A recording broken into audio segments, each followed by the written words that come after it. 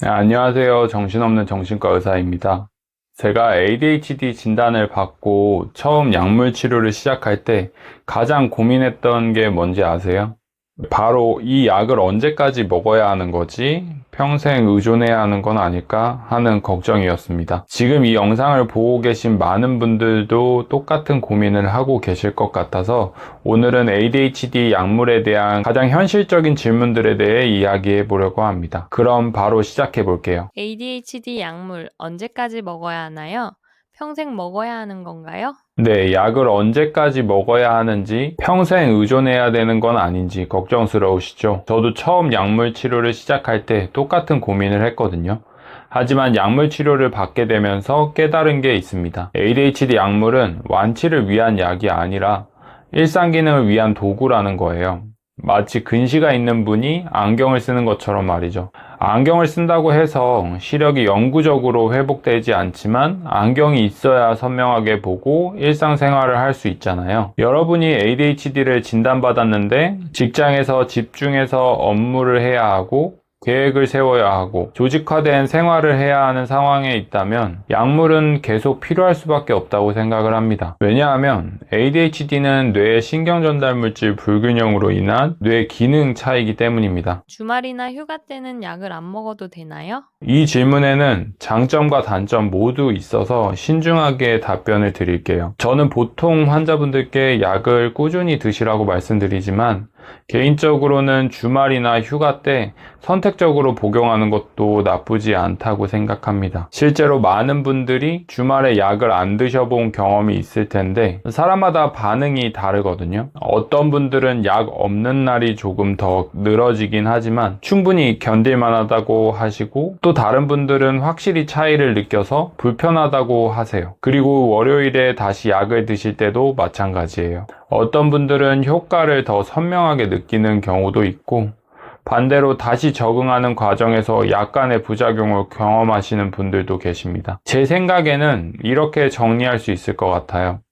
주말에도 집중이 필요한 활동이 있거나 약 없는 날이 너무 불편하시다면 계속 드시는 게 좋다고요. 반대로 주말엔 정말 쉬고만 싶고 약 없이도 일상생활에 큰 지장이 없다면 쉬셔도 괜찮다고 생각합니다. 다만 너무 자주 끊었다 먹었다 하는 것보다는 본인만의 일정한 패턴을 만드시는 게 도움이 될 것 같아요. 약물 치료하면 뇌가 망가지거나 의존성이 생기지 않나요? 이 부분은 정말 중요한 오해 중 하나입니다. ADHD 치료제는 이미 수십 년 동안 연구되어 온 약물이고 현재까지의 연구들을 보면 적절한 용량으로 사용했을 때 뇌에 해로운 영향을 준다는 명확한 증거는 없거든요. 오히려 일부 연구들에서는 치료를 받지 않은 ADHD가 더 문제가 될 수 있다는 결과들도 있고요. 제가 약물 치료를 시작하고 나서 가장 놀랐던 게 이게 다른 사람들이 평소 느끼는 상태구나 라는 깨달음이었어요. 머릿속이 시끄럽지 않고 조용해지고 생각이 뚜렷해지면서 제가 원래 가진 능력을 발휘할 수 있게 된 거죠. 그리고 한 가지 더 말씀드리고 싶은 건 많은 경우에 약 부작용은 시간이 지나면서 줄어드는 편이에요. 물론 개인차가 있지만 저도 처음에는 식욕저하, 울렁거림, 두통 같은 부작용이 있었지만 일정 시간이 지나면서 적응을 할 수 있었거든요. 약만 먹으면 모든 게 해결되나요? 이 질문도 정말 중요해요. 솔직히 말씀드리면 약만으로는 충분하지 않아요. 제 경험을 말씀드리면 약물 치료가 제공해주는 건 신경학적 공간이라고 표현하고 싶어요. 부주의, 과잉행동, 충동성이 조절되면서 제 주의력을 필요한 곳에 사용할 수 있게 된 거죠. 하지만 그 공간에서 나에게 맞는 다양한 전략을 개발해야 합니다. 저 같은 경우는 투두리스트 작성, 강제성 부여, 루틴 만들기 같은 전략들을 함께 사용했거든요.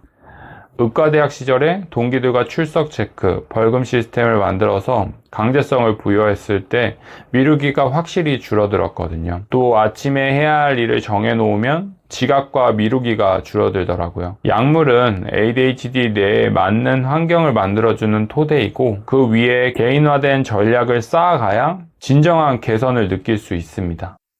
고학력이면서 성공한 사람도 ADHD 치료가 필요한가요? 이 질문도 댓글에서 정말 많이 받는 질문 중에 하나예요.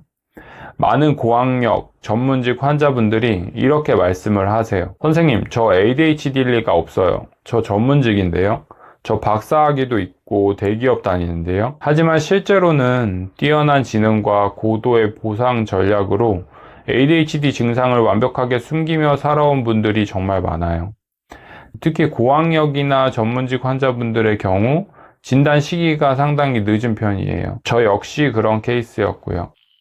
수학 경시대에 나가고 의사가 되기까지 했지만 그 과정에서의 고통은 정말 컸어요. 남들은 4시간이면 끝나는 공부량을 저는 8시간, 12시간 매달려야 했거든요. 성공한 것처럼 보여도 그 뒤에 숨어있는 과도한 에너지 소비, 불안, 자책감은 치료가 필요한 영역이에요. ADHD는 능력의 문제가 아니라 에너지 효율성의 문제예요. 약물 치료를 통해 더 적은 에너지로 더 나은 결과를 낼 수 있게 되는 거죠. 오늘 ADHD 약물 치료에 대한 여러 오해들을 함께 살펴봤는데요. 가장 중요한 건 이거예요.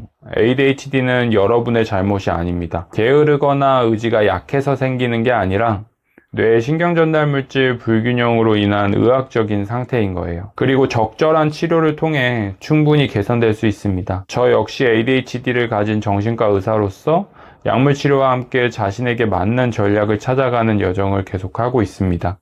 여러분도 부디 자신을 자책하지 마시고 ADHD라는 다른 방식으로 작동하는 뇌를 가진 자신을 이해하고 받아들이는 시간을 가지셨으면 좋겠습니다. ADHD라서 안 되는 게 아니라 ADHD라서 다르게 해낼 수 있어요. 오늘 영상이 도움이 되셨다면 구독과 좋아요 눌러주시고 댓글로 궁금한 점들을 남겨주세요. 그럼 다음에도 더 유익한 내용으로 찾아뵙겠습니다. 감사합니다.